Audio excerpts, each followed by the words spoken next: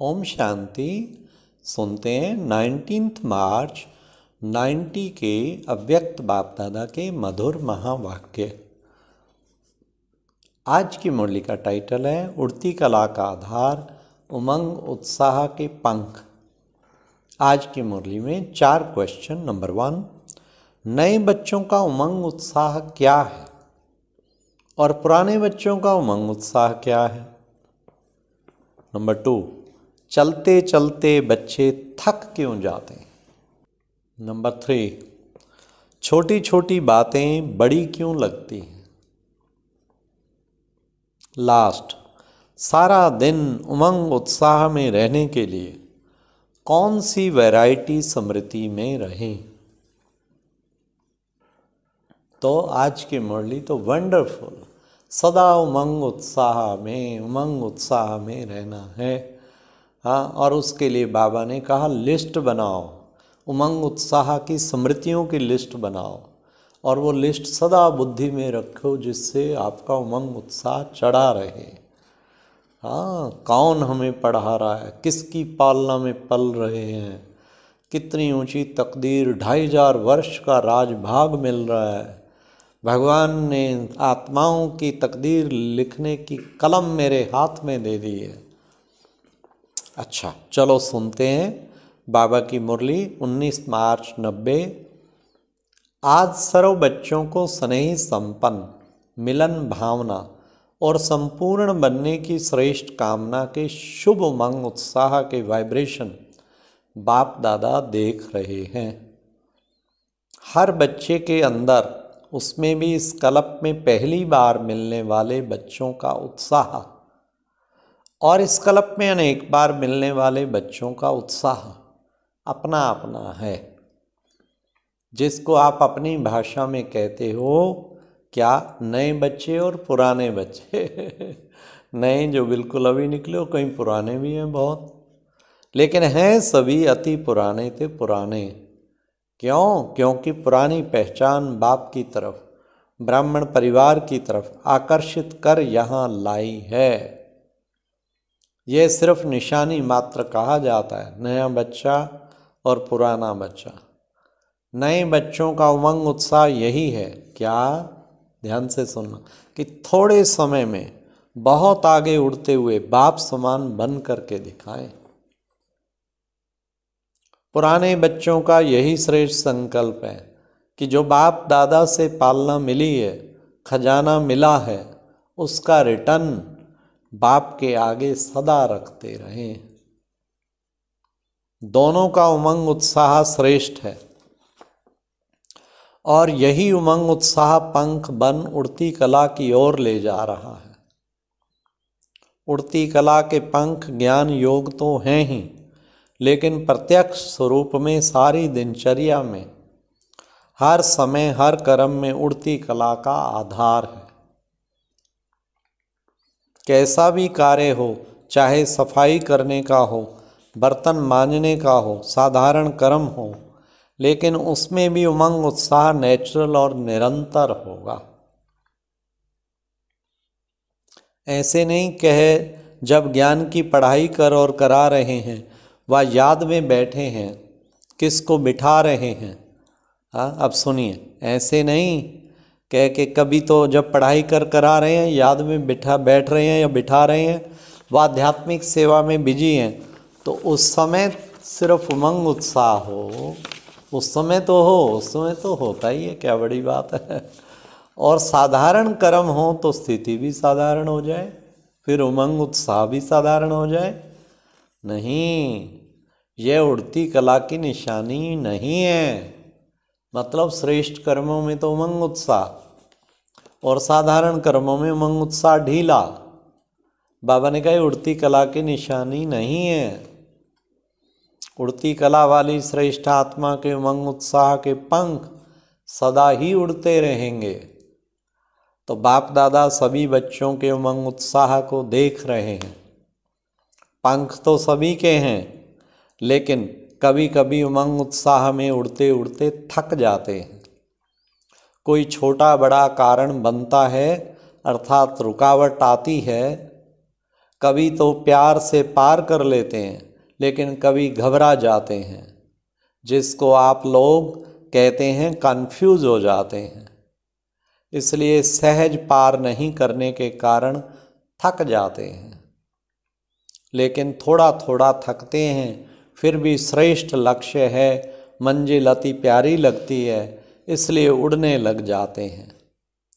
श्रेष्ठ लक्ष्य और प्यारी मंजिल और बाप के प्यार का अनुभव थकावट से नीचे की स्थिति में ठहरने नहीं देता है, इसलिए फिर से उड़ने लग जाते हैं। तो बाप दादा बच्चों का ये खेल दिखाते रहते हैं, फिर भी बाप का प्यार रुकने नहीं देता, और प्यार में मेजॉरिटी पास है, इसलिए रुकावट कितना भी रोकने की कोशिश करे और करती है। कभी कभी सोचते हैं कि बड़ा मुश्किल है, इससे तो जैसे थे वैसे बन जाएं, लेकिन चाहते भी पास्ट लाइफ में जाने का मज़ा नहीं आता, क्योंकि पहले तो इस परमात्म प्यार और देहधारियों का प्यार दोनों का अंतर सामने है। तो उड़ते उड़ते जब ठहरती कला में आ जाते हैं तो दो रास्तों के बीच में होते हैं और सोचते हैं इधर जाएं व उधर जाएं, कहाँ जाएं। लेकिन परमात्म प्यार का अनुभव कन्फ्यूज को सुरजीत कर देता है और उमंग उत्साह के पंख मिल जाते हैं, इसलिए सोचते भी फिर ठहरती कला से उड़ती कला में उड़ जाते हैं। बातें तो बहुत छोटी छोटी होती हैं, लेकिन उस समय कमज़ोर होने के कारण बड़ी लगती हैं। क्यों बातें बड़ी लगती हैं? क्योंकि कमज़ोर, उस वक्त कमज़ोरी की स्थिति होती है ना। तो बाबा ने कहा शरीर की कमज़ोरी वाले को एक पानी गिलास भी मुश्किल लगता है, और जो हिम्मत वाला है उसको 2 बाल्टी उठाना भी खेल लगता है। ऐसी ही छोटी सी बात बड़ी अनुभव करने लगते हैं। तो उमंग उत्साह के पंख सदा उड़ाते रहते हैं। रोज अमृत वेले अपने सामने सारा दिन किस स्मृति से उमंग उत्साह में रहे, ये वैरायटी उमंग उत्साह भी पॉइंट्स इमर्ज करो। वैरायटी उमंग उत्साह की पॉइंट्स इमर्ज करो। सिर्फ एक ही पॉइंट कि मैं ज्योतिर्बिंदु हूँ, बाप भी ज्योति बिंदु है, घर जाना है, फिर राज्य में आना है। यह एक ही बात कभी कभी बच्चों को बोर कर देती है। फिर सोचते हैं कुछ नया चाहिए, लेकिन हर दिन की मुरली में उमंग उत्साह की भिन्न भिन्न पॉइंट्स होती हैं। वह उमंग उत्साह के विशेष पॉइंट अपने पास नोट करो। बहुत बड़ी लिस्ट बना सकते हो, डायरी में भी नोट करो तो बुद्धि में भी नोट करो। जब बुद्धि में इमर्ज ना हो तो डायरी से इमर्ज करो। वाह वाह वाह, ना तो डायरियों में ही कईयों की पड़ी रहती है पॉइंट, इमर्ज करो। हर मुरली से उमंग उत्साह वाली अलग पॉइंट निकालते चलो, और वैरायटी पॉइंट्स हर रोज नया उमंग उत्साह बढ़ाएगी। मनुष्य आत्मा का ये नेचर है कि वैरायटी पसंद आती है, इसलिए चाहे ज्ञान का पॉइंट मनन करो या रूरवाहन करो, सारा दिन बिंदु याद करेंगे तो बोर हो जाएंगे। लेकिन बिंदु बाप भी है, बिंदु आप भी हो, संगम युग पर हीरो पार्टधारी भी हो, जीरो के साथ हीरो भी हो। सिर्फ जीरो नहीं हो, संगम युग पर हीरो होने के कारण सारा दिन में वैरायटी पार्ट बजाते हो। मुझ जीरो का सारे कल्प में क्या क्या पार्ट रहा है, और इस समय क्या हीरो पार्ट है, किसके साथ पार्ट है, कितना समय और क्या पार्ट बजाना है। इस वैरायटी रूप से जीरो बन अपने हीरो पार्ट की स्मृति में रहो। याद में भी वैरायटी रूप से कभी बीज रूप स्थिति में रहे, कभी फरिश्ता रूप में, तो कभी रूरवान के रूप में रहो, कभी बाप के मिले हुए खजानों के एक एक रतन को सामने लाओ। जिस समय जो रुचि हो उसी रीति से याद करो। जिस समय जिस संबंध से बाप का मिलन बाप के स्नेह का मिलन चाहो, उसी संबंध से मिलन मनाओ। इसलिए जो सर्व संबंध से बाप ने आपको अपना बनाया और आपने भी बाप को सर्व संबंध से अपना बनाया। सिर्फ एक संबंध तो नहीं है ना, वैरायटी है ना। लेकिन ये बात, एक बात ध्यान में रखनी है, सिवाय बाप के, सिवाय बाप की प्राप्तियों के, व सिवाय बाप के खजानों के और कोई याद ना आए। वैरायटी प्राप्ति है, वैरायटी खजाने हैं, वैरायटी संबंध है, वैरायटी खुशी की बातें हैं, उमंग उत्साह की बातें।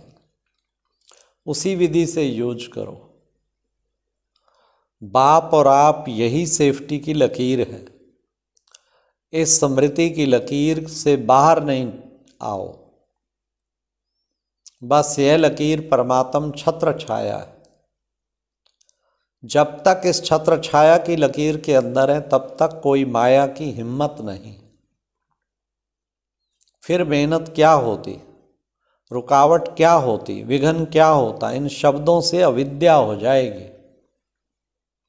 जैसे आदि स्थापना के समय जब सतयुग की आत्माएं प्रवेश होती थी, तो उन आत्माओं को विकार क्या होता है, दुख क्या होता, माया क्या होती है, इन शब्दों की अविद्या रहती थी।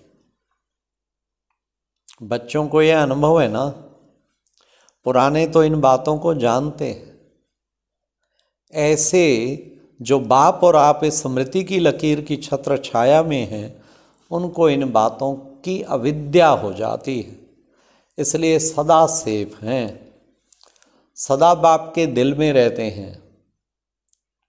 आप लोगों को दिल ज़्यादा पसंद आती है ना, सौगात भी हार्ट ही बनाकर लाते हो ना, केक भी हार्ट बनाते हो, बॉक्स भी हार्ट जैसा बनाते हो, तो रहते भी हार्ट में हो ना।